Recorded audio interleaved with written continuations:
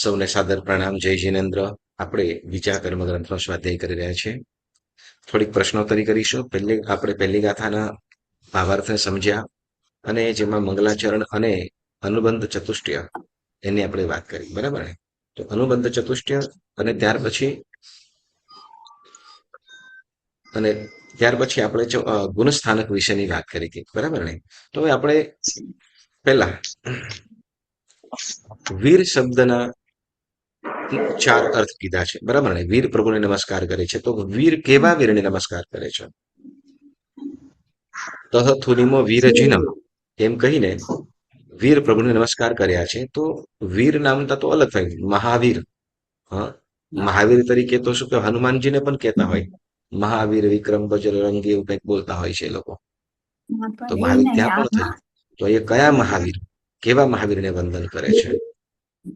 સુરવીર, દાનવીર, જ્ઞાનવીર જે મોક્ષ અને ભોળવીર. સુરવીર, મહાવીર, મહાવીર, સકલ બળવીર, કર્મનો નાશ કર્યો તે હા. સકલ કર્મનો નાશ કર્યો હોય તે જો પેલા પેલા શું કીધું? સુરવીર. પછી ભોળવીર, ભળવીર. અને પછી દાનવીર, દાનવીર. પછી જ્ઞાનવીર. ઓકે, જ્ઞાનવીર. બોલો કેવી રીતે? સુરવીર એટલે શું? સુરવીર કેવી રીતે? શૂરવીર એટલે જેને કોઈથી આમ ગભરાતા શૂર, સુરવીર એટલે કોઈથી ગભરાતા નતા, આમ વીર હતા, પોતે સામનો કરી શકતા હતા એટલે કોણાથી ગભરાતા નતા? કોઈથી. સકલ કર્મનો નાશ કર્યો હોય કોઈથી નતા ગભરાતા. શું છે? કોઈ પણ ઉપસર્ગ આવે કરાવે. આત્માના શત્રુઓ પ્રતિ જે બહાદુરી બતાવે, તેઓનો પરાભવ કરે, તેઓની સામે હાર ન ખાય તે વીર. બરાબર. નહીં, પણ આપણે પહેલા શબ્દનો આપણે ખાલી વીર, વીર માટે આપણે કીધું. આત્માના શત્રુઓ નાશ કરે આત્મા એટલે સુરવીર. પાછળ આત્માના શત્રુઓ કયા? આત્માના શત્રુઓ રાગ દ્વેષ જે બધા છે દ્વેષ, કર્મ પ્રાર્થે. રાગ દ્વેષ વગેરે, બરાબર. કષાય, ઉપસર્ગ, બરાબર. જો આપણને 4 અર્થ કીધા છે, બરાબર ને, વીર માટે? તો કે શું? તો કે જે વીર, પહેલા એમ કીધું કે જે પાછો ન ફરે, જે એક મોક્ષમાં વખત ગયા નીકળ્યો પછી ક્યારે પાછો ન ફરે, તેને શૂરવીર. વીર, સુરવીર કહીએ, અથવા પાછો ન, પાછી પાની ન કહે. મતલબ એક વખત નીકળ્યો, બરાબર ને, ગયો. એવી રીતે પ્રભુ શું કર્યું છે? તો કે મોક્ષે ગયા, કે જ્યાંથી પાછા નથી ફરવાનું, બરાબર ને? જ્યાંથી ક્યારે પાછા નથી ફરવાનું એવા સ્થાનને જે પ્રાપ્ત કર્યું છે, તો એવા વીર. કર્મ ખપાવે, યસ, કર્મ ખપાવીને 8 કર્મોને ખપાવ્યા છે, બરાબર ને? એટલે કર્મ શત્રુઓને જેને નાશ કર્યો છે તે વીર, બરાબર. પછી શત્રુઓને પરાભવ કરે, મતલબ જે શત્રુઓને હરાવી દે. કયા શત્રુઓ? આત્માના શત્રુઓ. આત્માના શત્રુઓ કયા કયા? તો કે કષાય છે, રાગ દ્વેષ ઉપસર્ગ. કષાય, ઉપસર્ગ, રાગ દ્વેષ, પરિસહ વગેરે જે પણ કષ્ટો છે, આપે એવું છે, તો એને પણ જેને હરાવી દીધા, બરાબર ને? તો એને બળવીર. બળવીર, અથવા હા, બળવીર કહીશું, બરાબર. કસાયોને હરાવી દીધા છે, બરાબર ને? તો મતલબ એ કેવી રીતે કરાવે? એ કેવી રીતે એને કેવી રીતે જીતે? અથવા કદાચ એનાથી કોઈ હારતું હોય તો કેવી રીતે? કષાય, ઉપસર્ગ, પછી પરિસહ, બરાબર. તો એને જીતવું એ કેવી રીતે આપણે કહીએ? કોઈ એક્ઝામ્પલ? કોઈ હાર્યું હોય એવું, પ્રભુ જીત્યા, પ્રભુ જીત્યા એટલે વીર. તો ચાલો, કોઈ હાર્યા હોય એવા તો એક્ઝામ્પલ આપો. ગૌતમ સ્વામી હારી ગયા? ક્યાંય હાયરા શત્રુઓ સામે તો જીતી ગયા ને. ચાલો, ઓકે. જે આ શત્રુઓ સામે જીત્યા હોય, બરાબર, પ્રભુ મહાવીર સ્વામી છે, બરાબર ને?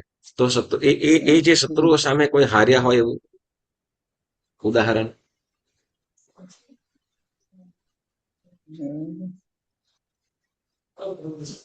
ગૌતમ સ્વામી રાગ રાગ નતો મૂક્યો ને મહાવીર સ્વામી નો.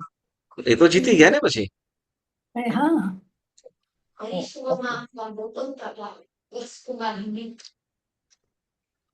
એ જીતી ગયા. શત્રુ જો સિમ્પલ વસ્તુ સાંભળો, સિમ્પલ વસ્તુ. આપણે પોતે જ શત્રુ થાય નથી, પાછું બોલો. આપણે પોતે તો બોલો ને, પણ આપણે પોતે જ બધા, શત્રુ થાય. આપણે પોતે જ બધા કે હા, હા, એ જે દ્રષ્ટાંત છે ને, દાખલો છે આપણે જ. અસંખ્ય આપણે પોતે જ છીએ. એ તો કીધું, પણ હાર્યા છે એનું એક્ઝામ્પલ. તો હાર્યા કોણ છે એનું? આપણે બરાબર ને? હા, હા, ઠંડી લાગે એટલે તરત શું કહેવાય, ખૂનો શોધીએ અથવા ગોદડું શોધીએ, બરાબર ને? હા, બારી બારણા બંધ થઈ જાય, સ્વેટર ને બધું, પછી એ પણ ના થાય તો બરાબર. પરીક્ષાઓની અંદર વળી કસાયોની અંદર, કસાયોને તો આપણે સરેન્ડર જ છીએ, ઠાંસી બરાબર છે? ઠાંસીને બૈરા છે એટલામાં. હા, ઠાસી ઠાસીને ભર્યા ને એ પછી મન એ જેમ નાચે ને ચાવીમાં જ નાચી છીએ. એટલે કસાયો, બરાબર. એટલે એનાથી અરિહંતો, સર્વ અરિહંતો જીતી ગયા છે, જેમાં વીર કીધા, બરાબર, તેવા વીર. પછી કીધું વિશિષ્ટ ઈર. ઈર જ્ઞાન. જ્ઞાનવીર એટલે શું? વિશિષ્ટ જ્ઞાન, સંપૂર્ણ જ્ઞાન એની પાસે હતું. સર્વ ભાવનું. દ્રવ્ય ક્ષેત્ર દ્રવ્ય કાળ ક્ષેત્ર કાળ ભાવનું ભાવનું સંપૂર્ણ સંપૂર્ણ જ્ઞાન. જ્ઞાન જેવું છે. ત્રણેય કાળનું જેની પાસે જ્ઞાન છે અને જેને એ જ્ઞાનને આધીન સર્વ જ્ઞાનીઓ રહેલા છે, એ જ્ઞાનને આધીન, જેના જ્ઞાનને આધીન સર્વ જ્ઞાનીઓ, બરાબર ને? મનઃ પર્યવજ્ઞાની હોય કે અવધિ જ્ઞાની હોય કે મતિશ્રુત કે કલિકાલ સર્વજ્ઞ હોય કે પછી કેવલ જ્ઞાનીઓ હોય, એ પણ તીર્થંકરને આધીન હોય. જ્ઞાન સરખું, સાંભળજો, જ્ઞાન સરખું, કેવલ જ્ઞાન બધા આત્માઓનું સરખું, પરંતુ જે પ્રભાવ છે, પ્રભાવ જે તીર્થંકરનો કે અરિહંતનો છે, એ સર્વ કેવલ જ્ઞાનીઓનો ના હોય. ખ્યાલ આવ્યો? હા, તીર્થંકરની દેશનામાં ચારે નિકાયના દેવો પણ હોય ને સર્વ જીવો પોતપોતાની ભાષાની અંદર પણ સમજે. સર્વ જીવો પોતપોતાની ભાષાની અંદર પણ સમજે. અરિહંત તીર્થંકર પરમાત્મા માત્ર એક જ ભાષાની અંદર બોલતા હોય, પણ એ અતિશય જે છે એ સામાન્ય કેવલ જ્ઞાનીમાં ન હોય. સમજાયું? એટલે એટલે જે વિશિષ્ટ જ્ઞાન છે, જે જ્ઞાનને આધીન, જેને આધીન સર્વ જ્ઞાનીઓ પણ રહેલા છે, એવા જ્ઞાની તે જ્ઞાનવીર. તો એવા પણ વીર કીધા, બરાબર. પછી ત્રીજું દાનવીર, ચોથું દાનવીર. દાનવીર. બોલો, દાન શું? મોક્ષ રૂપી લક્ષ્મી છે. મોક્ષરૂપી, લક્ષ્મીનું નામ મોક્ષરૂપી લક્ષ્મીનું જે દાન આપ્યું, બરાબર ને? બીજું એમ કે સર્વ ભુવનમાં, એટલે ત્રણેય ભુવનમાં, ભુવન એટલે લોક, પાતાળ લોક કહીએ કે મનુષ્ય લોક કહીએ કે સ્વર્ગ લોક કહીએ, એ ત્રણેયની અંદર પણ જે સ્વર્ગ અથવા મોક્ષ રૂપી લક્ષ્મીનું જે દાન કરે છે, જે ભવ્ય જીવોને એ સ્વર્ગરૂપી કે મોક્ષરૂપી લક્ષ્મીની પ્રાપ્તિ કરાવે છે, તો આપનારા એવા જે દાનવીર, તો એવા વીરને નમસ્કાર કરે છે. કારણ તો કે એમને એ એવું જ્ઞાન આપે છે. સિમ્પલ વસ્તુ છે. એમ કહેવાય કે કોઈ બીમાર હોય, બરાબર, બીમાર હોય અને એ બીમાર વ્યક્તિને, સાંભળજો, બીમાર વ્યક્તિને ગોળી આપીને સાજો કરી દે, એ સારું કે પછી એ ઔષધિ બનાવવાની જે રેસીપી છે એ આપે એ વિશેષ છે. રેસીપી આપે એ વિશેષ છે. કેમ રેસીપી આપી દે એ વિશેષ? કેમ કે એ પાછો ઉપયોગ કરી શકે ને તકલીફ ગમે થાય ત્યારે પછી કરી કહેશે કે શકે એક વખત દવા આપી એ માત્ર એક વખત દૂર કરી શકશે, પણ ફરીથી બીમાર થશે તો તો ના કરી શકે. પાછું નહીં, બરાબર. ચાલે. પણ રેસીપી જ આપી દીધી, ભાઈ શું કહેવાય કે ભાઈ આ આટલું શું કહેવાય કે દવાની પણ રેસીપી આપી દીધી અને પાછું એ બીમાર ન થાય એના માટેની પરિચય પાડવાની પણ વાત જણાવી દીધી. હવે અને અને રોગ જ બીજાને જેનાથી ઉપયોગમાં આવે ને. રોગ જ જેનાથી ન આવે એવા પ્રકારની પરિચય પાડવાની પણ વાત જણાવી દીધી. બરાબર. હવે બેસ્ટ કોણ કે જે દવાની ગોળી આપી એ કે પછી ઓલું? બેસ્ટ એ જ છે, બરાબર ને? હા, જે રેસીપી આપીને દવા રોગ જ ના આવે એના માટેની પરિચય પાડવાનું જેને જણાવ્યું છે તે. બરાબર ને? તો પરમાત્માએ શું કર્યું છે તો કે જેનાથી દુઃખ જ ના આવે, સદા માટે દુઃખ દૂર થઈ જાય એવા માટેનો માર્ગ જ બતાવી દીધો, એવો ધર્મ જ આપ્યો કે જેનાથી મોક્ષની પ્રાપ્તિ કરી શકીએ. બરાબર. તો એવો ઉત્તમ ધર્મ આપ્યો એટલે કે ધમ્મ દયાનમ, ધમ્મ દેશયાનમ, ધમ્મ નાયકાનમ, ધમ્મ સારહીનમ, ધમ્મ વરચાઉ રદ્દ ચક્કવટીનમ. ધર્મ આપ્યો, બરાબર. ધમ્મ દયાનમ, પછી ધમ્મ દેશયાનમ, ધર્મ આપ્યો, ધર્મનો ઉપદેશ આપ્યો, પછી ધમ્મ નાયકાનમ. ધમ્મ નાયકા શું તો કે આપી દીધું પછી જેમ કે શું કહેવાય કે દુકાનવાળા પાસે વસ્તુ લીધી, આપણે વસ્તુ લીધી, કોઈ વસ્તુ તમે કોઈ શોરૂમમાંથી બાય કરી, કાર બાય કરી, બરાબર ને?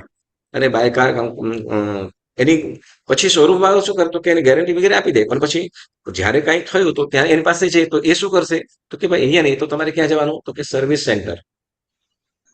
ક્યાં જવું પડે? સર્વિસ સેન્ટર ઉપર. બરાબર ને? બરાબર. તો કે મતલબ એનું કામ થઈ ગયું. વેચવાનું હતું ત્યારે બધું ફાઇન ફાઇન રીતે બધું કરીને વેચી નાખ્યું, પરંતુ જયારે કઈ પ્રોબ્લેમ આવ્યો તો કે ભાઈ સર્વિસ સેન્ટર પાસે જવું પડે. એ તો અહીંથી ના થઈ, બરાબર. ભગવાન પાસે એવું નથી. ભગવાન ધર્મ આપ્યો અને એની પૂરેપૂરી જવાબદારી પણ પોતે લીધી છે. ધમ્મ દિશયનમ, ધમ્મ નાયકાનમ, ધમ્મ સારહીનમ. બરાબર. વળી સાથે એની સાથે પણ રહે છે ને માર્ગદર્શન પણ કરે છે. બરાબર.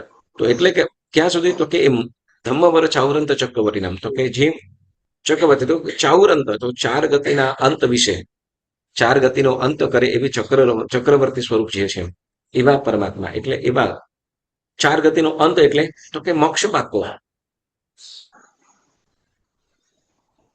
ધમ્મ સારહીનમ, બરાબર. ધમ્મ સારહીનમ એમ કીધું. પરમાત્મા વીરને શું કીધું? અરિહંતને ધમ્મ સારહીનમ કીધું. ધર્મ સારથી એટલે કે સારથી ક્યારે પણ સારથી જો જાણકારો હોય ને તો રથને ક્યારે મુસીબતમાં ન આવવા દે. બરાબર ને? એવી રીતે શું તો કે જે ધર્મ રથની અંદર આરૂઢ થયા હોય તો એને હા પ્રભુ કદાચ એ મોક્ષ સુધી ન પહોંચાડે તો, મોક્ષ સુધી કદાચ ન પહોંચી શકે એમ જેવું હોય તો એને તો કે દુર્ગતિથી તો બચાવે છે, એટલે તો કે સ્વર્ગના સુખો તો ચોક્કસ મળે છે. એટલે કદાચ અભવ્ય જીવ હોય, સાંભળજો, અભવ્ય જીવ હોય તો અભવ્ય જીવ પણ જો ધર્મની આરાધના કરે, સંજ્ઞારૂપી ક્રિયા પણ કરે તો પણ શું કરે છે તો કે એ જીવ પણ સ્વર્ગના સુખોને પામે છે. એટલે સ્વર્ગ લક્ષ્મી કે મોક્ષને આપણે જો ભવ્ય જીવો જો આરાધના કરે તો મોક્ષ સુધી જવાની શક્તિ છે. અભવ્ય જીવ પણ આરાધના કરે તો એ પણ ક્યાં તો કે સ્વર્ગ સુધી તો જાય જ છે. એટલે કે છે ઉત્તમ એવા દાનવીર. કેવા શું આપે છે તો સુખ, કેવું તો કે સ્વર્ગનું કે મોક્ષનું સુખ આપે છે એવા દાનવીર. બરાબર ને? તો આ ચાર અર્થવાળા જે કીધા એવા પરમાત્માને અહીંયા એવા મહાવીરને નમસ્કાર કર્યા છે, માત્ર નામ માટે નહીં. માત્ર જે નામના મહાવીર છે એવા નહીં, પરંતુ જે વાસ્તવિક રીતે યથાર્થ સ્વરૂપે જે મહાવીર છે એને નમન કર્યા. બરાબર. એવી રીતે આપણે ચાર વસ્તુ આપણે કીધું. ચાલો હવે ત્યાર પછી આપણે ચાર વસ્તુની બીજી વાત કરી હતી, બંધ, ઉદય, ઉદીરના. બરાબર. બંધ, ઉદય, ઉદીરના. ઉદીરના સુધી રાખ્યું, શું સત્તાની વાત નથી કરી. બરાબર ને? આપણને હા તો કે ચાલો બંધ એટલે શું?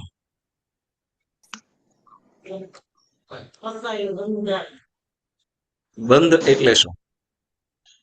અહીંયા કર્મની વાત કરીએ છીએ ભાઈ. હવે કર્મમાં બંધ, ઉદય, ઉદીર્ણા અને સત્તા એટલે શું? પેલા બંધ, કર્મ બંધ એટલે શું?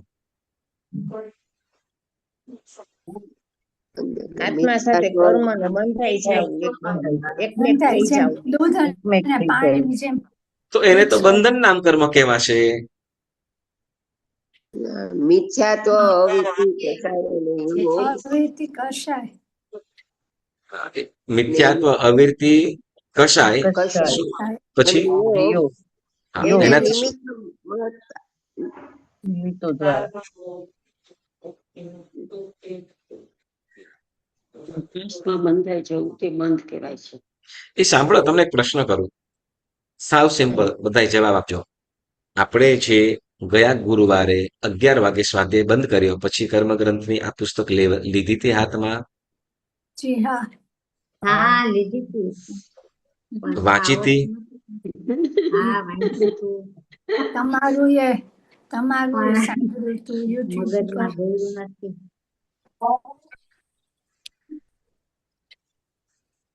તો બોલો, જો તમે એક વખત પણ વાંચ્યું હોય, બરાબર, એક વખત પણ વાંચ્યું હોય અને સમજો હોય તો જવાબ આપો. બંધ એટલે શું? બંધ કોને કહેવાય? વર્ગણા આત્મા સાથે દૂધ અને પાણીની જેમ એકમેક થઈ જવું. હા, એકમેક થઈ જવું, આત્મા બરાબર છે, અને બંધ, બરાબર. હા, હમ, આત્મા અને નવા કર્મ ને આત્મા સાથે ચોટવું. હમ. બંધ.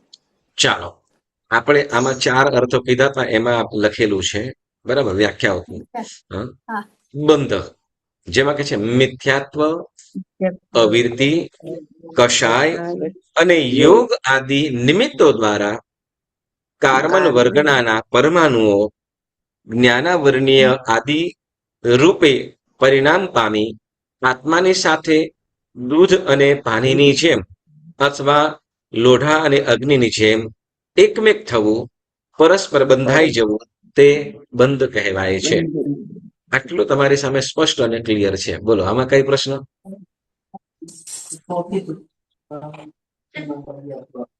હા, પુષ્પાબેન, હવે વર્ષિત આપના પારણા થઈ ગયા છે, હવે મિચ્છામી દીકડમ નહીં ચાલે. હે,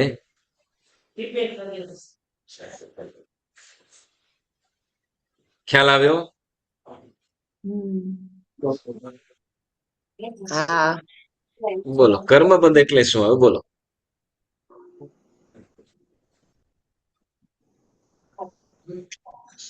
કાર્મણ વર્ગના પૂતગલો આત્મા સાથે એકરૂપ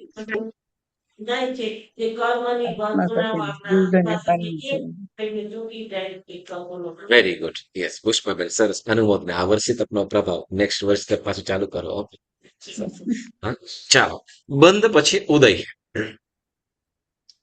ઉદય શું કે છે? તે મતલબ બંધ થયેલો, તે બાંધેલા જ્ઞાનાવરણીય આદિ. જ્ઞાનાવરણીય આદિ એટલે તો કે 7-8 કર્મ લઈ લેવાના, બરાબર. જ્ઞાનાવરણીય આદિ કર્મોનો ફળ આપવાનો સમય પાકે ત્યારે, બરાબર, અથવા ઘાસની ગરમીથી કેરી જેમ વહેલી પકાવાય તેમ અપવર્તન આદિ કરણ વડે કર્મોને વહેલા ઉદયમાં લાવીને તેના ફળને ભોગવવું, તે ઉદય કહેવાય છે. શું કીધું? તો કે જે બાંધેલું કર્મ છે, પેલા બાંધેલા, બરાબર, બંધાય છે. આત્મા સાથે કર્મ કેવી રીતે બંધાય છે? તો કે મિથ્યાત્વ, અવિરતિ, કસાય અને યોગના કારણે કર્મ બંધ થાય છે, બરાબર ને? અને જે કાર્બન વર્ગના પૂતગલો છે તે આત્મા સાથે ચોટી જાય છે અને એક આત્મા સાથે પછી એકમેક જેવું થઈ જાય છે. દૂધ, પાણી, લોઢું અને અગ્નિ, બરાબર ને? જેમ એકમેક થઈ જાય છે એમ કર્મ આત્મા સાથે ચોટીને એકમેક જેવું થઈ જાય છે, બરાબર. હવે એ બંધાયેલું કર્મ, બરાબર, તે બંધાયેલા કર્મને શું કહે છે? ઉદય માટે કહે છે કે તે બાંધેલા કર્મ, બંધાયેલા કર્મ સમય પાકે ત્યારે, સમય પાકે એટલે એનો સમય આવે. દરેક વસ્તુ એમ કહેવાય, શું કહેવાય કે ભાઈ, કદાચ એમ કે કોઈ પણ વસ્તુ, કોઈ પણ કાર્ય કરીએ કે કોઈ પણ ક્રિયા કરીએ, જેમ કહેવાય કે કદાચ તમે કોઈ વસ્તુ ભોજન માટે મૂકી છે, ગેસ ઉપર ચડાવી દે, ગેસ શરૂ કરી દો અને પછી તમે તરત જુઓ થઈ ગયું, તો થઈ જાય? ના, એનો એમ કહીએ કે લાગે. ખીર બનાવી છે, બરાબર, ખીર બનાવી છે, શું કરીએ? તો કહેશું કે એમાં પેલા દૂધ લ્યો, અથવા શું કહો, દૂધ લ્યો, એની અંદર ચોખા નાખો, તપેલીમાં દૂધ લઈ ચોખા નાખી અને ખાંડ નાખી ગેસ ઉપર મૂકી દઈએ, ગેસ ચાલુ કરી દો, બરાબર. હવે શું થઈ ગયું? કે ખીર તૈયાર, બરાબર. કે ના, બરાબર. શું થશે? તો કે હવે એ ગેસ ઓન કરીશું ત્યાર પછી ગરમ થશે ને એનો સમય લાગશે, બરાબર ને? સમય લાગશે, બરાબર. તો સમય પછી એ તૈયાર થાય. તો એવી રીતે કર્મ બંધ થયા પછી પણ કર્મ બંધાયા પછી પણ એ કેટલાક મતલબ ત્યાં ઓલું પાકવાનું એવું નથી, ઉદયમાં પાકવાનું એવું આવવાનું. નથી. પાકવા માટેનું શું કહેવાય કે એ કર્મ શું કહેવાય તો કે કર્મ એવા ને એવું જ રહ્યું, પણ શું તો કે જયારે સમય આવશે ત્યારે એ ઉદયમાં આવશે. જ્યારે એ કર્મ એ સમય થશે ત્યારે ઉદયમાં આવશે, બરાબર ને? જેમ કે સિમ્પલ કે બીજી રીતે કહીએ કે કદાચ કોઈ ડોક્યુમેન્ટ માટે આપણે ગવર્મેન્ટ ઓફિસની અંદર કે ગમે ત્યાં ગયા હોઈએ, ત્યાં વેઇટિંગ કરવું પડતું હોય, બરાબર? હવે ત્યાં આપણે આપી દીધું એટલે તરત ને તરત કરી દઈએ? નહીં, તમે તો તત્કાલમાં નાખ્યું છે. ધારો કે પાસપોર્ટ કે વિઝા માટે તમે કોઈ પણ વસ્તુ તમારા ડોક્યુમેન્ટ મૂક્યા છે, હવે એ તરત ને તરત કરીને આપી દેશે? ના, એ પ્રોસેસ કરવો પડે. હા, પેલા ચેક કરવો પડે. પ્રોસેસ થઈ ગયો, આપી દીધું, પ્રોસેસ થઈ ગયો, બરાબર? તો કે નહીં ભાઈ, વેઇટિંગમાં તો રહેવું પડશે. વેઇટિંગમાં તો રહેવું પડશે. કેમ? તો કે જેનું થાય છે અને જે નંબર વાઇઝ છે, ક્રમ વાઇઝ છે, તો તેમાં શું કરશું? જે ક્રમ વાઇઝ હશે એમાં તો કે જે ક્રમ વાઇઝ રીતે આવતો હશે એ રીતે આપણો નંબર આવશે. તો એવી રીતે શું કરશે? તો કે આપણે જે બાંધેલું કર્મ છે, જે મિથ્યાત્વ, અવિરતિ, કસાય અને યોગના કારણે જે કર્મ બંધાયું છે, એ બંધાયેલું કર્મ જ્યારે એનો ટર્ન આવશે, એનો સમય આવશે, તે વખતે એ કર્મ ઉદયમાં આવશે, બરાબર? તો વચ્ચેનો જે પીરિયડ છે, બરાબર, બાંધ્યું ત્યાં સુધી જે આત્મા સાથે રહ્યું અને પછી ઉદયમાં આવ્યું, તરત ને તરત ઉદયમાં આવતું નથી. એટલે કે બાંધેલું કર્મ જ્યારે એનો સમય થાય તે વખતે ઉદયમાં આવે તેને શું કહીશું? ઉદય. હવે ઉદય, બરાબર. હવે બીજી વસ્તુ કે છે કે ઉદીરના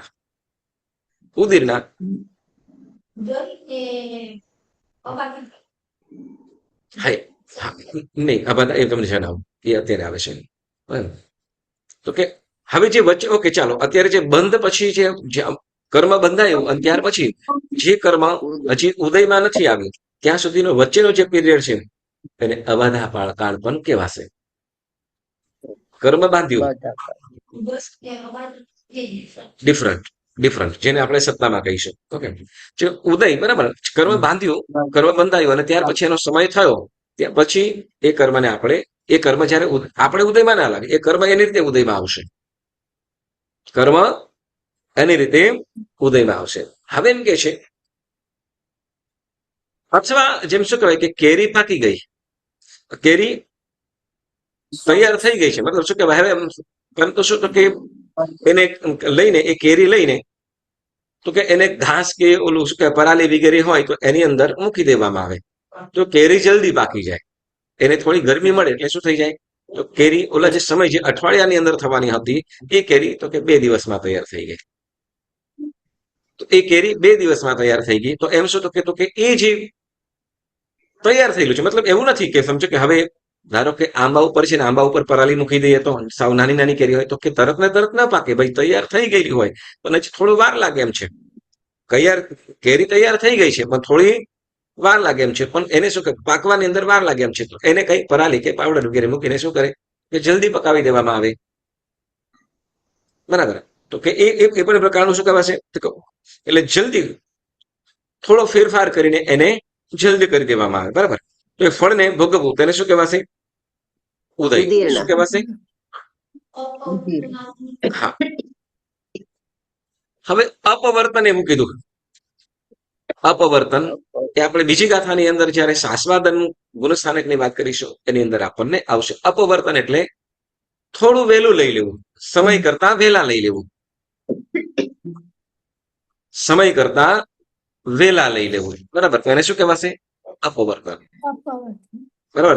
જેને આપણે કદાચ ઉદીરણાની વ્યાખ્યાની અંદર આવશે, બરાબર? એટલે જે બંધાયેલું કર્મ છે એ ઉદયમાં આવે છે, બરાબર? અને ઉદયમાં આવવા યોગ્ય બીજું પણ કર્મ છે, બરાબર? તો એને જલ્દી લાવીને આપણે એ કર્મને ભોગવી નાખીએ તો એ બંને પણ શું કીધું? ઉદય. ઉદયમાં કયું કર્મ આવે? કયું કર્મ ઉદયમાં આવે?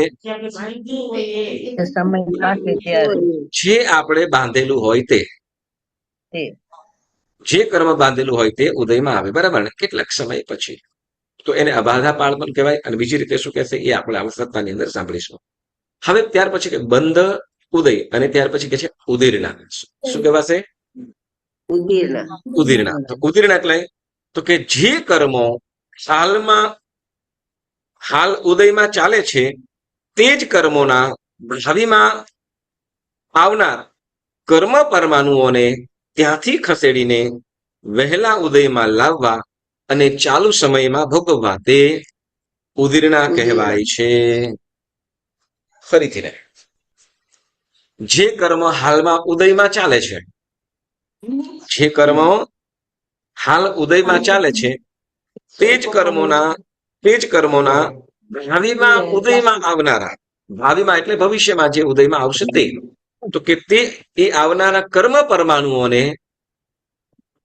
તે કર્મ પરમાણુઓને ત્યાંથી ખસેડીને, એટલે જે સમય આવવાના છે એ સમય કરતા શું, તો કે ચાલુ સમયની અંદર જ ભોગવી નાખવા.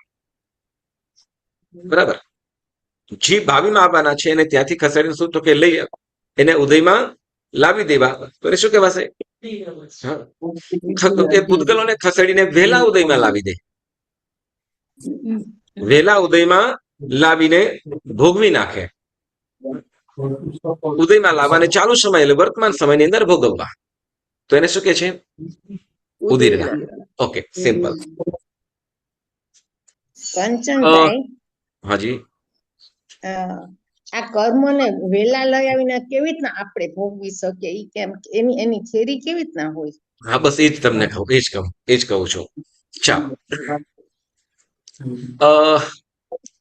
તમારી પાસે અત્યારે સાતા છે કે નહીં? અને અસાતા નથી, લેસ છે, કઈ કોઈ નહીં ખાસ. બંને છે કે નહીં? સાતા અસાતા બંને છે? બંને સાતા છે ને? હા બોલો, હા તો બોલો યાર, તમે શું કામ આપણે શીખીએ છીએ એક્ઝામ્પલ તરીકે. ઉદીરણા એટલે શું? ઉદીરણા એટલે તમને સમજાવું છું. આપણને અત્યારે આપણે સાતા વેદનીય ભોગવી રહ્યા છે, સાતા વેદનીય ભોગવી રહ્યા છે, વાતાવરણથી લઈને બધું જ. હવે જ્યારે એ સાતા વેદનીય કર્મ આપણી પાસે બધું જ, સાંભળજો, બધી જ સગવડતા છે, એટલું અને સહન કરી શકે, મતલબ સારું છે, પરંતુ છતાંય આપણે શું કરીએ? સમજો કે એટલી બધી ઠંડી, એટલી બધી ગરમી નથી, પંખો વગેરેથી ઇનફ છે, બરાબર, પરંતુ છતાંય આના કરતા એસી ચાલુ કરી દઈએ, એસી નાખીને જરાક આમ ઠંડાની અંદર રહીએ, બરાબર. હવે વિચાર આવે કે ના આવે? કરીએ કે ના કરીએ? ઉદીરણા. શું થયું? જે ઉપયોગ બહુ સાતા છે, બરાબર ને, વિશેષ જે છે એના કરતા, જે અનુકૂળતા છે એના કરતા પણ વિશેષ કરવા માટે આપણે જે ઉપયોગ કરીએ છીએ એને શું કહેવાશે? ઉદીરણા. ચાલો બીજી રીતે સમજીએ, અસાતાથી, બરાબર. જે આપણને ભૂખનું દુઃખ છે, ભોજન જમી શકીએ એમ છે, બરાબર, તો ભોજન જમી શકીએ છીએ, બરાબર. હવે અત્યારે તો સાતા છે જ, પરંતુ છતાંય તપ વગેરે કરીને, જે આહાર પાણીની બધી જ સગવડતા છે, પરંતુ છતાંય આપણે શું કરીએ છીએ? તો કે તપ કરીએ, બરાબર. તપ કરવાથી શું થાય છે? થોડી અસાતા આવે, અસાતા આવે કે ના આવે?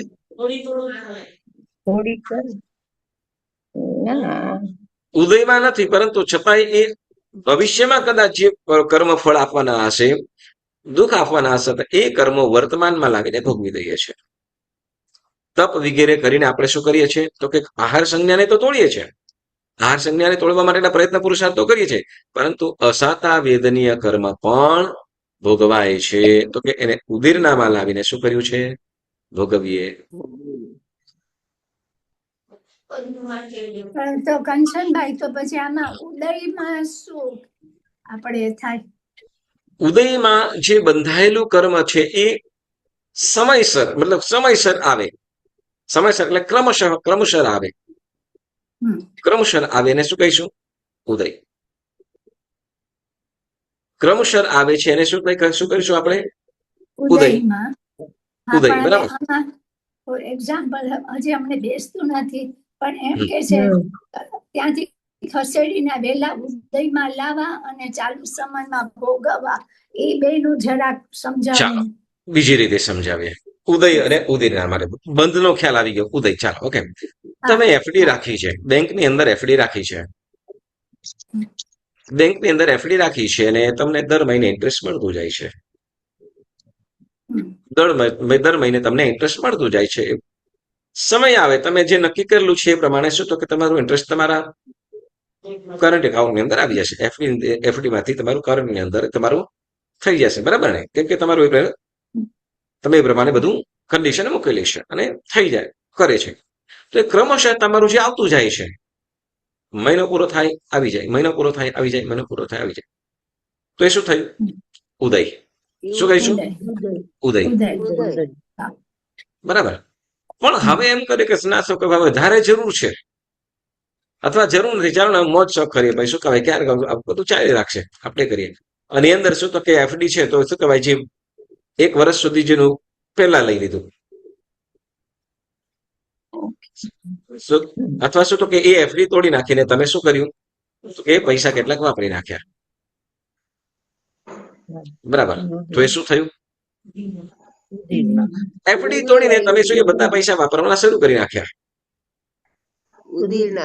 હવે એ શું થયું તો કે એફડી કરીને જે ક્રમશઃ આવતું હતું, ઇન્ટરેસ્ટ પ્રમાણે આવતું હતું, બરાબર ને? ઇન્ટરેસ્ટ પ્રમાણે તમે આપતું હતું એ બધું, બરાબર. પણ એ શું કર્યું તો કે તમે એફડી તોડીને બધું વાપરવા માંડ્યા. ઉદીરણા. ઓકે, બસ. બેસે છે? ઓકે. બેઠું? હા, હવે Yes. હવે આ બોલો. તમારું થોડુંક વોલ્યુમ વધારજો, કેમ કે પ્રવીણાબેન સાંભળે છે. હા, બધા કર્મની અંદર લાગુ પડે. યસ, જ્ઞાનાવર્ણીય કર્મમાં કેવી રીતે લાગુ પડે? જ્ઞાનાવર્ણીય કર્મમાં લાગુ પડે. જ્ઞાનાવર્ણીય આદિ એમ કીધું, બરાબર? ચાલુ ઉદયમાં હોય, એમાં ચાલુ ઉદયમાં હોય એની અંદર લાવીને ભોગવે. જ્ઞાનાવરણની અંદર કેવી રીતે થઈ શકે? કદાચ માસ્તુસ મુનિની કથા આપણે સાંભળી છે. માસ્તુસ મુનિની કથા સાંભળી છે. શું હતું? જ્ઞાન ચડતું નતું, એટલે એ પછી ભણતા નતા. ગાથા યાદ નથી રહેતી છતાં, એટલે પછી ગાથા ગુથવાનું મૂકી દીધું હતું, બરાબર? પુરુષાર્થ નહીં, કરીશ જ એમ ઠાણીને આપણે પ્રયત્ન કરીએ, પુરુષાર્થ કરીએ, પણ કેવા ક્યાં સુધી ખબર છે? જ્યાં સુધી આંખો બંધ ન થાય ત્યાં સુધી, બરાબર ને? અને આપણે તો પાછા એવા શું તો કે જેવી ચોપડીની 10 લાઈન વાંચીએ, 1 પેજ વાંચીએ એટલે આપણી આંખો બંધ થઈ જ જાય, બરાબર ને? અમે લગભગ કોઈ 5 પેજ વાંચતો હોય એવું ખરું?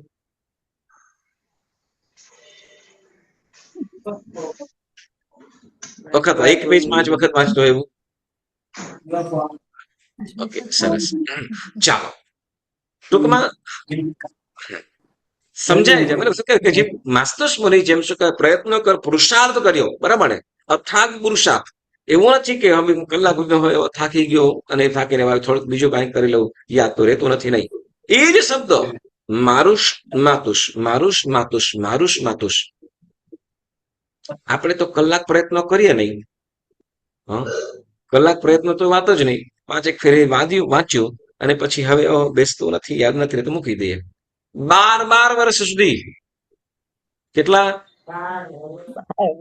12 તો શું અધિક સમય, 12 વર્ષ કરતા પણ વધારે સમય માત્ર 2 શબ્દ ગોખવાનું. પાછું એવું નથી કે આજે વીકની અંદર 1 કલાક કરીએ, એવું નથી.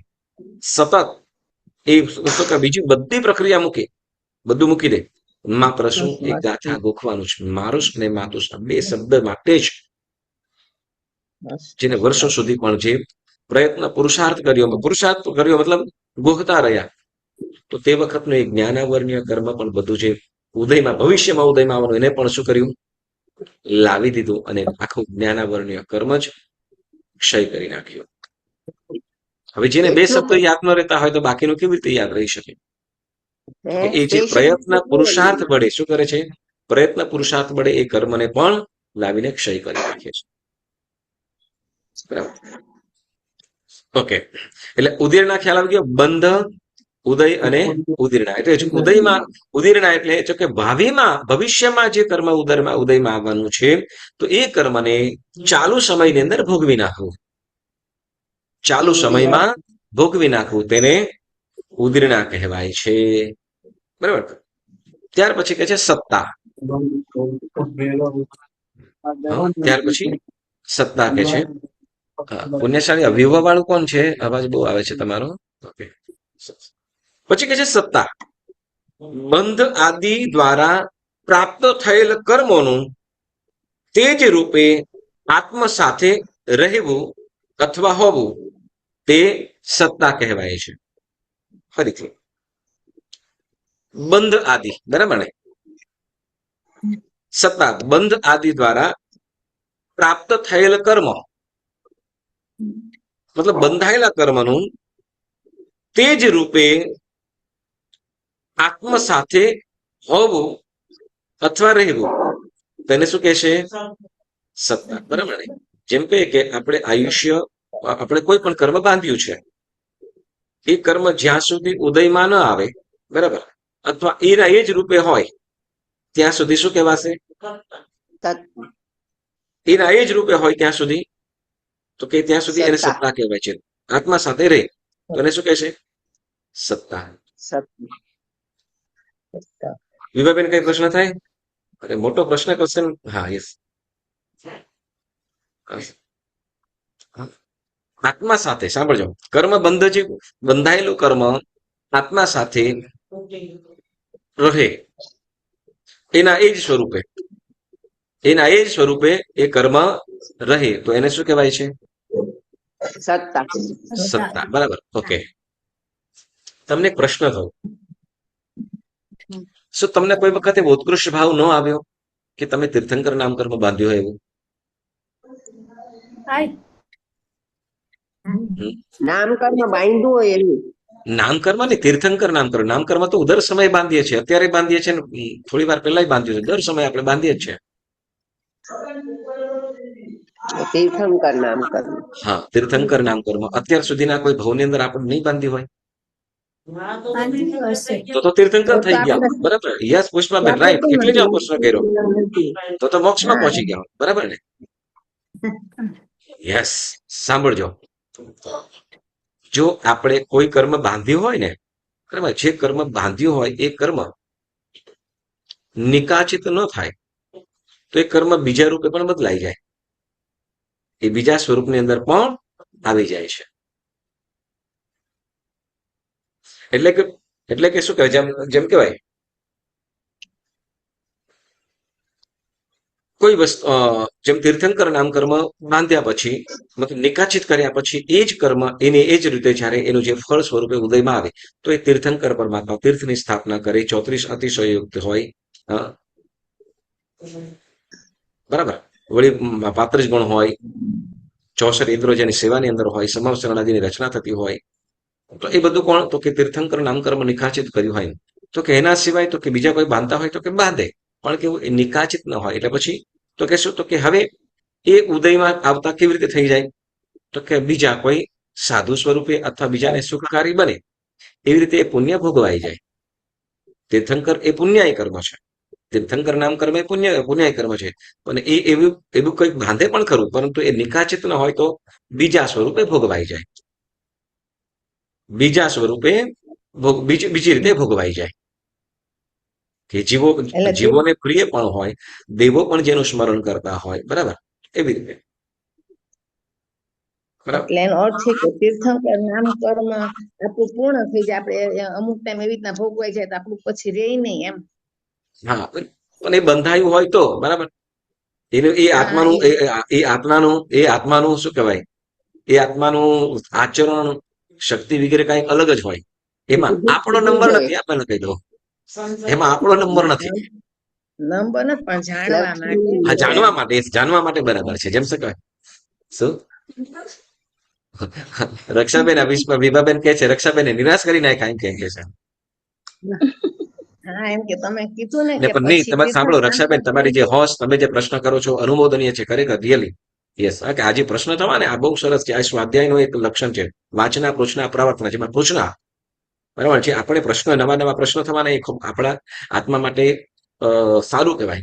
શું કહેવાય કે એ સ્વાધ્યાય માટે એક શુભ ભાવ માટેનું એક કારણ છે. શુભ ભાવનું સ્વાધ્યાયનું એક પરિણામ છે કે જે આપણને જિજ્ઞાસુ બનાવે. ધર્મ એ છે કે શું વાસ્તવિક રીતે કે જે ધર્મ જાણીને એના ઉપર વિશેષ ચિંતન કરવામાં આવે એના પ્રશ્નો થઈને આપણે પૂછીએ. યસ. એટલે શું કહે છે કે કર્મ એના એ સ્વરૂપે રહેવું. પછી શું કે બાંધેલા કર્મો નિર્જરાથી નાશ પામે છે અને સંક્રમ થવાથી બીજા કર્મ રૂપે થઈ જાય છે. ખ્યાલ આવ્યો શું કીધું? સંક્રમે બાંધેલા કર્મો નિર્જરાથી નાશ પામે છે, બરાબર, અને સંક્રમ થવાથી બીજા કર્મ રૂપે થઈ જાય છે. એટલે કે નિર્જરા અને સંક્રમ એ બંને કર્મોની વિવક્ષિત પ્રકૃતિને સત્તાને ટાળનાર છે. ઓકે, હવે શું કે એટલે કે જે કર્મો બંધ દ્વારા કર્મત્વ એટલે નામના આત્મ સ્વરૂપને પોતપોતાના કર્મપણાને પામ્યા છે તે કર્મોને તે કર્મપણામાંથી નિર્જરા અને સંક્રમ દ્વારા બદલી શકાય છે, પરંતુ તે ન બદલતા તેના તે કર્મ પરમે રહેવા દેવા તેને સત્તા કહેવાય છે. ઓકે, ચાલો શું કે છે તો કે કર્મ છે, બરાબર ને, છે બંધાયેલું કર્મ હવે ઉદયમાં આવે. ઓકે, હવે એક આપણે વાર્તાઓ આમને એમ કદાચ લોક અજૈનોની અંદર પણ કહેવામાં આવે છે, એ વાર્તા સાંભળવામાં આવે અને આપણી અંદર પણ ઘણી વખત એ વાત સાંભળવામાં આવે. બે વ્યક્તિઓ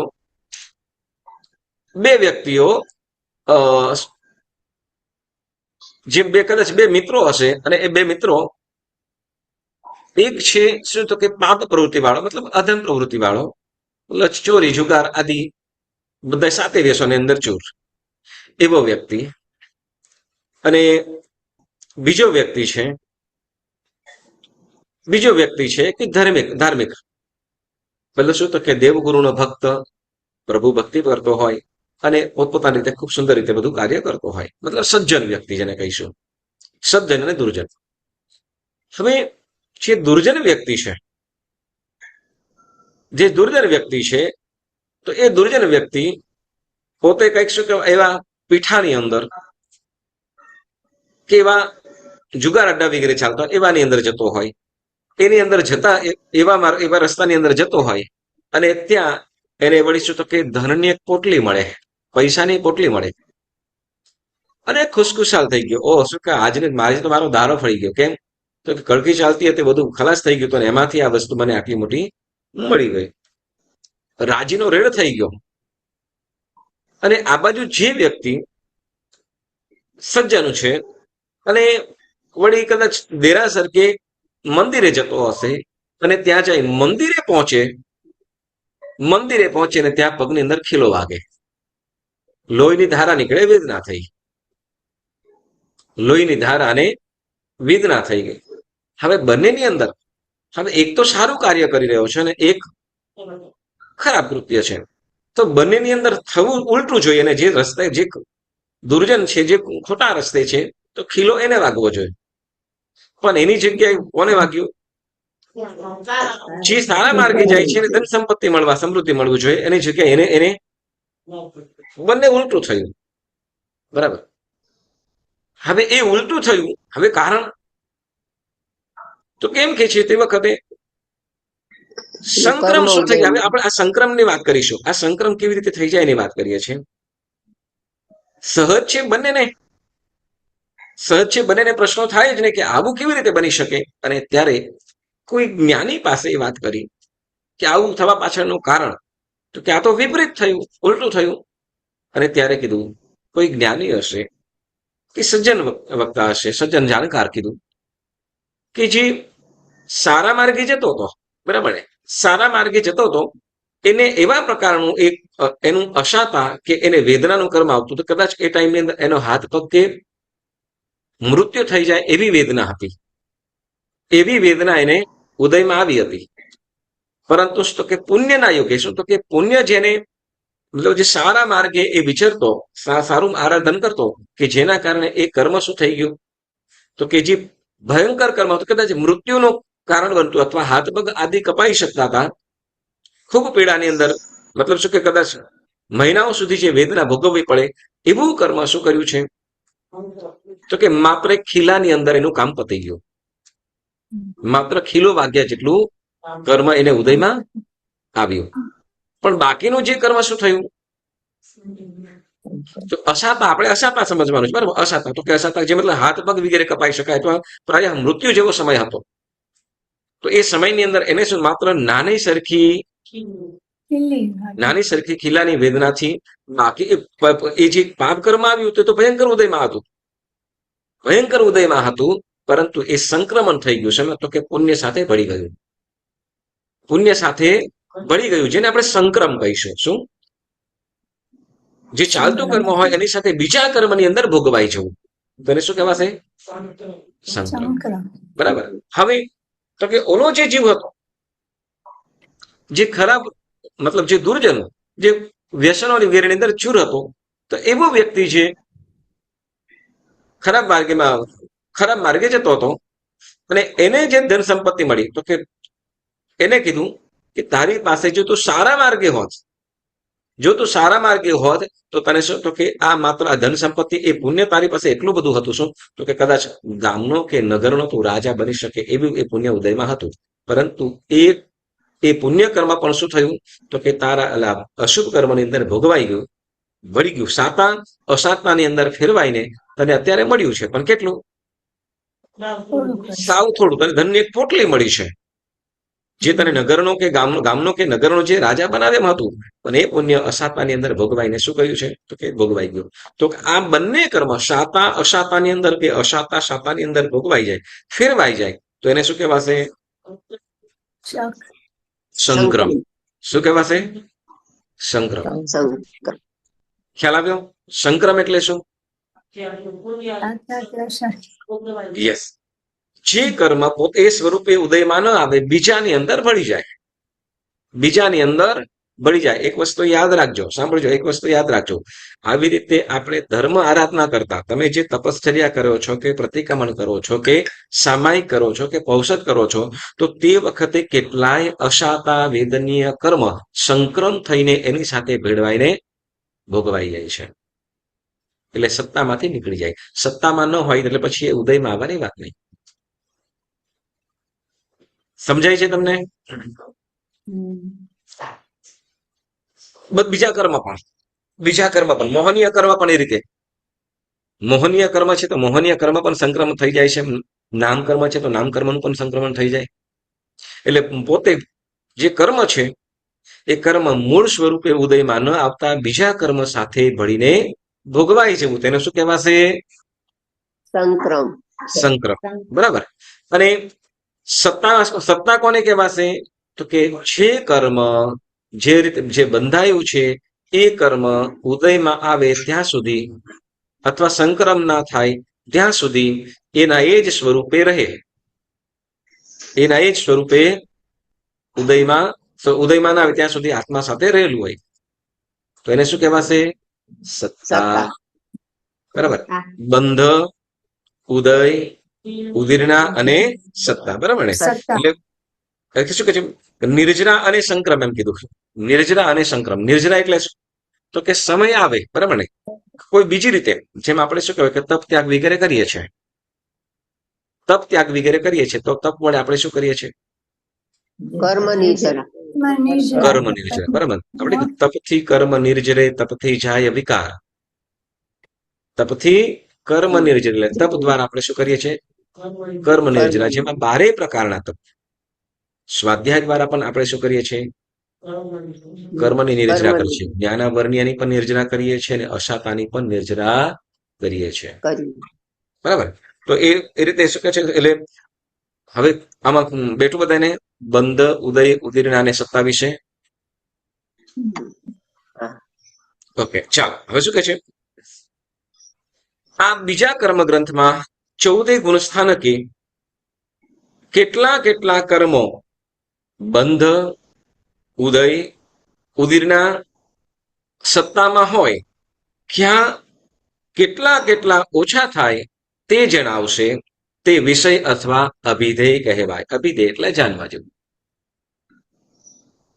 અભિધેય એટલે જાણવા જેવું, જાણવા યોગ્ય. આ કર્મગ્રંથની અંદર શું કહેવામાં આવશે? ગુણસ્થાનક કેટલા કીધા? 14, બરાબર ને? 14 ગુણસ્થાનકો. તો કે 14 ગુણસ્થાનકોની અંદર આ બીજા કર્મગ્રંથની અંદર આ 14 ગુણસ્થાનકોની અંદર કયા ગુણસ્થાનકોમાં, શું કે 14 ગુણસ્થાનકોમાં કેટલા કેટલા કર્મબંધ, કેટલા કેટલા કર્મો, પહેલા કહીશું બંધ, પછી ઉદય. કર્મબંધ એટલે તો કે પહેલા ગુણસ્થાનક છે મિથ્યાત્વ. તો કે મિથ્યાત્વ ગુણસ્થાનકની અંદર જીવ કેટલા કર્મ બાંધે? મિથ્યાત્વ ગુણસ્થાનક ને જે જીવ રહેલો હોય એ કેટલા કર્મનો બંધ કરે? વળી બીજું શાસ્ત્રવાદન ગુણસ્થાનકે રહેલો હોય તો એ જીવ કેટલા કર્મ બંધ કરે, કેટલા ન થાય? વળી ત્રીજા ગુણસ્થાનકે રહેલો જીવ છે તો એને કેટલા કર્મનો બંધ હોય, કેટલા કર્મનો બંધ ન હોય, કેમ ન હોય, વગેરે રીઝન સાથે આપણને જણાવે તો એને બંધ કહેવાશે. તો એવી રીતે ઉદય, એ રીતે ઉદયની આપણે વાત કરીએ તો કે પહેલા ગુણસ્થાનક વાળો જીવ છે તો એને કેટલા કર્મ ઉદયમાં હોય, બીજા ગુણસ્થાનક વાળો જીવ હોય તો એને કેટલા કર્મનો ઉદય હોય, બરાબર? હા, ત્રીજા ગુણસ્થાનકે રહેલો જીવ હોય તો એ કેટલા કર્મનો ઉદય વાળો હોય, વગેરે, બરાબર? પછી કે છે યસ, કોમ્પ્લિકેટેડ કઈ નથી, સાંભળ્યો, કોમ્પ્લિકેટેડ વિચારવાનું જ નહીં. બસ એ આપણે કેટેગરી પછી આપણે ખાલી અત્યારે એનું ડેફિનેશન આની અંદર શું કહેવામાં આવશે એની આપણે વાત કરીએ છીએ. ઓકે, હા, બધા જીવોમાં, પાછું અહીંયા બધા જીવો માટેની વાત કરશે. મનુષ્ય, નારદ, તિર્યંચ, મનુષ્ય, દેવ, સર્વ જીવો માટે જનરલી કહેશે, બરાબર? પછી જેમ કે ઉદય, હા, ઉદીરના, તો કે પહેલા ગુણસ્થાનક વાળો જીવ છે તો એ કેટલા કર્મોની ઉદીરણા કરી શકે, બીજા ગુણસ્થાનક વાળો હોય તો કેટલા જીવ કેટલા કર્મોની ઉદીરણા કરી શકે, બરાબર? એવી રીતે ઉદીરણાની વાત કરશે. પછી સપ્તમ, તો કે કયા ગુણસ્થાનક, કયો જીવ કયા ગુણસ્થાનકે, શું કહેવાય, કયા ગુણસ્થાનક વાળો જીવ, એ જીવ કયા ગુણસ્થાનક વાળા જીવ પાસે કેટલા કર્મ એની આત્મા સાથે હોઈ શકે, કેટલા કેટલા એ કર્મ એની પાસે હોઈ શકે. બીજા ગુણસ્થાનકે હોય તો ધારો કે મનુષ્ય છે, કે આપણે જનરલી આપણે મનુષ્ય સમજીએ, બરાબર? તો મનુષ્ય છે, મિથ્યાત્વિક મનુષ્ય, તો એની પાસે કેટલા કર્મ હોઈ શકે સત્તાની અંદર, બરાબર? હવે કોઈ મનુષ્ય બીજા ગુણસ્થાનક વાળો છે કે ત્રીજા ગુણસ્થાનક વાળો છે તો એને કેટલા કેટલા કર્મો એની પાસે રહેલા છે. ધારો કે આપણે મનુષ્ય છીએ ને, આપણે મનુષ્ય છીએ, હા હા, તો એ તો આપણી પાસે, એ મનુષ્ય પાસે મિથ્યા દ્રષ્ટિ વાળો પણ છે, વળી કોઈ સમકીર્તિ પણ છે, કોઈ સર્વવૃત્તિ વાળા પણ છે, અને દેશવૃત્તિ વાળા પણ છે. તો બધા જીવોની, બધા જીવો પાસે સત્તાની અંદર રહેલા કર્મો અલગ અલગ છે. તો એ ગુણસ્થાનકો સ્વરૂપે, ગુણસ્થાનકો રીતે આપણને એ કર્મ બંધ, ઉદય, ઉદીરના અને સત્તા જણાવશે. પણ અહીંયા આપણે જનરલી મનુષ્યની એક્ઝામ્પલ કરી, પણ સમજો કે મિથ્યા દ્રષ્ટિ દેવ છે, કોઈ મિથ્યા દ્રષ્ટિ દેવ છે તો દેવ પાસેના કર્મ અલગ, મનુષ્ય પાસેના કર્મ અલગ. કારણ શું? તો કે મનુષ્ય હોય, હવે બહેનો છે, બરાબર, તો હવે કામવાળીને પણ ખીજાવવું પડે, હસબન્ડને પણ ખીજાવવું પડે, દેવીને કઈ કામવાળીનું કામ હોય નહીં, કપડા ધોવાનું ટેન્શન હોય નહીં, બરાબર? તો એના કર્મ અલગ. હે પુષ્પાબેન? હા, નાનકીના જીવો છે તો હા, તો એ મતલબ આપણે કહીએ કે બંધ, ઉદય, ઉદીરના અને સત્તા કયા જીવ, બરાબર? અહીંયા જનરલી આપણે કયા ગુણસ્થાનક વાળો જીવ, જનરલી આપણે શું કહીશું અહીંયા, કયા ગુણસ્થાનક વાળો જીવ કેટલા કર્મનો બંધ કરે, અથવા એને ઉદય કેટલાનો હોય, વળી ઉદય હોય તો પછી એ ઉદીરનામાં પણ આવી શકે, અને વળી એની પાસે કેટલા કર્મોની સત્તા હોય. અત્યારે જેમ કે આપણે મનુષ્ય છીએ, બરાબર ને, તો આપણી પાસે જનરલી આપણે કહીએ બધા સામાયિકમાં છીએ અથવા સ્વાધ્યાયમાં છીએ તો જનરલી આપણે કદાચ આપણે ભગવાનની વાણી ઉપર શ્રદ્ધા છે એટલે આપણે જનરલી સમકીર્તિ છે એમ આપણે માનીએ, બરાબર? તો સમકીર્તિ છે તો બધા પાસે એક સરખા જ કર્મો ખરા કે બધાના કર્મો અલગ અલગ? કદાચ બની શકે કોઈનું આયુષ્ય બંધાઈ ગયું હોય, કોઈનું ન પણ બંધાયું હોય, આવું બની શકે ને? હા, કોઈ સારું બાંધતું હોય, કોઈ અશુભ બાંધતું હોય. તો એવી રીતે આપણે અહીંયા જેમ શું કહેવાય એમ દરેક જીવના અહીંયા જનરલી આપણે ગુણસ્થાનક વિશે, ગુણસ્થાનકની અંદર રહેલો જીવ છે તો એની પાસે કેટલા કર્મોની સત્તા હોય તો વગેરે આપણને જાણવા. જો પહેલા કર્મ ગ્રંથની અંદર આપણે શીખ્યા હતા કર્મ વિપાક, એટલે બંધાયેલું કર્મ શું ફળ આપે છે તે વાત કરી. પણ અને આ બીજા કર્મ ગ્રંથની અંદર શું જણાવે છે તો કે જીવની કેટેગરી એ ગુણસ્થાનકોમાં, ગુણસ્થાનકો કયા જીવને કયા કયા કર્મ ઉદયમાં હોઈ શકે, બંધ ઉદય ઉદયના અને સત્તાની અંદર હોઈ શકે, તેની આપણે આ બીજા કર્મ ગ્રંથની અંદર વાત કરીશું. સૂક્ષ્મતા છે ચોક્કસ. આપણે એક વસ્તુ યાદ રાખવાનું કે આપણે કર્મ બંધથી, કર્મ ઉદયથી ડરવું છે કે કર્મ બંધથી અટકવું છે? આપણે મોક્ષમાં જવું છે તો સૌ પ્રથમ શું કરવું પડશે? કર્મ બંધથી અટકવું પડશે. કર્મ બંધથી અટકવું પડશે તો સૌ પ્રથમ આપણને બંધની વાત કરશે. બરાબર. ઓકે, હવે તમને પ્રશ્ન હું કરીશ. હવે આપણે ગુણસ્થાનક તો વાત કરીશ, પણ ગુણસ્થાનક એટલે શું? ગઈ વખતે વાત કીધી હતી તમને. ગુણસ્થાનક એટલે શું?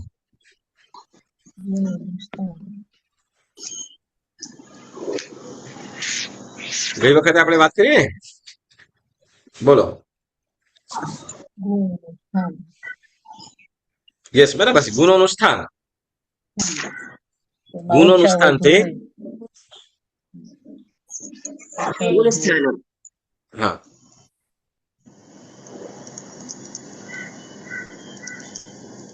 ઓછા વધતા ગુણોની ગુણોનું તરતમતા એમ સ્થાન. કીધું છે, બરાબર ને? તરતમતા એટલે ઓછા વધતાપણું. ગુણોનું ઓછા વધતાપણું, એને શું કીધું? ગુણસ્થાનક. ગુણ કે જેમ શું કહેવાય કે અધિક હીનાધિક એમ કીધું, આના કરતા વધારે અથવા આના કરતા ઓછું. તો જેમ પહેલું ગુણસ્થાનક છે, બરાબર, પહેલું મિથ્યાત્વ કીધું, તો કે મિથ્યાત્વ વાળો છે પહેલા ગુણસ્થાનકે રહેલો છે સંસારના તમામ જીવો. સાંભળજો, સંસારના તમામ જીવો સૌ પ્રથમ કેવા હતા તો કે મિથ્યાત્વી. સમ્યક વનથી પામ્યા તે બધા જીવો કેવા છે? મિથ્યાત્વ. બરાબર. તો મિથ્યાત્વ છે તો હવે જનરલી કે છે, બરાબર ને, જનરલી તો કે એ મિથ્યાત્વ ગુણસ્થાનક. તો હવે પછી એ કર્મ, એ જીવ પ્રયત્ન પુરુષાર્થ વડે એનાથી કંઈક અલગ ચડ્યો, અલગ આવ્યો અને કંઈક ગુણોને પ્રાપ્ત કર્યા. કેટલાક ગુણને પ્રાપ્ત કર્યા. વળી દયા, ક્ષમા, કરુણા, મૈત્રી વગેરે જે ભાવો કરતા એના જીવોની અંદર એના આત્માના પરિણામો કંઈક બદલાયા. એના આત્માના પરિણામો બદલાયા. સિમ્પલ વસ્તુ કે આપણે મમ્માસા સંઘની અંદર કદાચ 1000 વ્યક્તિઓ કહીએ, બધા વ્યક્તિઓના ભાવ એક સરખા ખરા? બરાબર. ઓકે, બધાના વિચારો એક સરખા ખરા? દરેક બધાની આચરણા અલગ ખરી? હા. ઓકે, ચાલો આખા જગતની વસ્તુ કહું, સંઘની વાત મૂકો, આપણા ઘરની જ આપણે વાત કરીએ ને, બધાના વિચારો એક સરખા ખરા? ના, બધું ભાવો એક સરખા નથી. બરાબર ને? તો કે કોઈક શું છે કે ધર્મ માટે કોઈક વધુ ને વધુ ભાવુક પણ છે, દિલથી પણ કરે છે, વળી કોઈક કેવું પણ છે કે પરાણે કરાવવું પડે. બરાબર. તો કે જેમ અહીંયા શું છે આત્માના ભાવો. હવે એ જેમ ગુણિયલ વ્યક્તિ જેમ જેને ધર્મ કરવું ગમે છે, અથવા કેટલાક એવું હોય છે કે શું કે ધર્મથી પરેજી કરતા હોય, ધર્મથી દૂર થતા હોય. એટલે એમ શું કહેવાય કે કેટલીક વસ્તુઓ, એટલે જેમ આત્મા, મતલબ જે આત્માના જે વિચારો, એના પરિણામો, એમાં જે તરતમતા છે, ફેરફાર છે, તો એને અહીંયા શું કીધું છે? ગુણસ્થાન. જે એના ગુણો ઓછા વધતા, એટલે શું તો કે મિથ્યાત્વ ગુણસ્થાનક વાળો છે તો એની પાસે ગુણ, અહીંયા ગુણની કયા ગુણની વાત કરે છે? આત્મિક ગુણો. કયા? આત્મિક ગુણો. વ્યવહારની અંદર કદાચ સરખા દેખાય, વ્યવહારની અંદર આચરણ બધું સરખું હોઈ શકે, પરંતુ જે આત્મિક ભાવો છે, અન્ય જીવો પ્રત્યેની જે વિચારધારા છે કે આત્મ તરફ, તત્વ તરફ વગેરે જે ગુણો કીધા છે, તો એની અંદર જે ફેરફાર છે, તો જેમાં વધારે જે ગુણો છે, તો એ ગુણસ્થાનક ધીમે ધીમે ઊંચા પહેલું, બીજું, ત્રીજું, ચોથું, એ રીતે. બરાબર ને? જેમ આપણા જેવા જીવો છે, આપણે બધી હિંસાનું સંપૂર્ણ રીતે પાલન કરી શકતા નથી. બરાબર. આપણે 24 કલાકની અંદર કે 12 કલાક માટે અત્યારે આપણે તમે લોકો 3 કલાક માટે શું કર્યું? 1 કલાક માટે સામાયિક લીધું છે, તો કલાક માટે શું થઈ ગયું? ત્યાગ. એમને અહિંસા વળી અસત્ય, મતલબ કે 18 પ્રકારના પાપોને અત્યારે મૂકી દીધા. બરાબર. અંજુબેન પૌષદમાં છે આખા દિવસ માટે, તો બંનેનું ગુણ અલગ, બંનેના ગુણો તે વખતે અલગ થઈ. ગુણ સ્થાનક નહીં, અહીંયા આપણે ગુણ કહીશું. બરાબર. કારણ શું? તો કે એમનો ભાવ કઈક અલગ રહ્યો. તો ભાવની અપેક્ષાએ શું થયું? ભાવની અપેક્ષાએ શું થયું? બરાબર ને? તો કે ઊંચા ભાવો. બરાબર. હવે આગળ વધીએ તો કે આ દેશવીરથી કદાચ આપણે કહીએ તો એનું આપણે થોડા સમય માટે, કદાચ એ લોકો કલાક માટે કર્યું, અંજુબેન કદાચ 12 કલાક માટે, ચાર પ્રહર. બરાબર. પણ એનાથી આગળ વધીએ તો કે આપણા સાધુ સાધ્વી જે ભગવંતો છે, યાવત જીવ માટે કોઈ પણ જીવને કોઈ પણ રીતે કોઈ પણ પ્રકારની મનથી, વચનથી કે કાયાથી હિંસા કરીશ નહીં, કરાવીશ નહીં, અનુમોદીશ પણ નહીં. બરાબર. વળી હર હંમેશ માટે વસ્ત્ર આદિનો પણ માત્ર એક જોડી, બાકીનો ત્યાગ, નિષ્પરિગ્રહતા વગેરે, તો એ આપણા કરતા ઉચ્ચ કોટી છે. તો એના ગુણો વધારે છે. આપણે તો શું સામાયિક કે પૌષદ પારીએ પછી કઈક પાકી પંચાયતમાં આપણે જોડાઈ શકીએ. બરાબર. જયારે સાધુ સાધ્વી છે ભગવંત તો કે અન્ય જીવના હિત માટે છે, પારકી પંચાયત ક્યાંય પણ નહીં. તો એમના જે ગુણો છે, ગુણો વધી ગયા. બરાબર ને? ગુણો વધી ગયા. તો એમ જે ગુણોની ધીમે ધીમે વિચારણા, એ ગુણોનું સ્થાન, મતલબ જે જીવોની અંદર ગુણો રહેલા છે, તો એ ગુણોના સ્થાનને અહીંયા શું કહીશું? ગુણ સ્થાન. પણ બરાબર. ભાવનું એ કોઈ- મહત્વ છે ને. શું? ઘણી ફેરે હા, અમુક વસ્તુ ભાવનું પણ મહત્વ છે જ. ભાવનું મહત્વ છે. ધારો કે સાધુ વેશ હોય અને આચરણ સાવી હોય તો કે પછી મિથ્યાત્વ ગુણ સ્થાન, માત્ર દ્રવ્ય વેશ કહેવાય. બરાબર. પણ માત્ર જુઓ, પછી આપણે એમ કે આમ વિચારીએ કે આપણે શું કે ના, તો પછી હું ભાવ સાધુ બની, એમ તો કે ના, અહીંયા દ્રવ્ય અને ભાવ બંનેની વાતો છે. બરાબર. એટલે ભાવથી આપણે ઉત્તમ ભાવ છે. બરાબર છે. એ શુભ ભાવની અંદર, એ શુભ ભાવોની અંદર આપણે રહીએ તો શુભ ભાવોથી આપણું ગુણસ્થાનક બદલાઈ જતું નથી. કેમ કે શુભ ભાવો, વિચારણા અને શુભ ભાવ,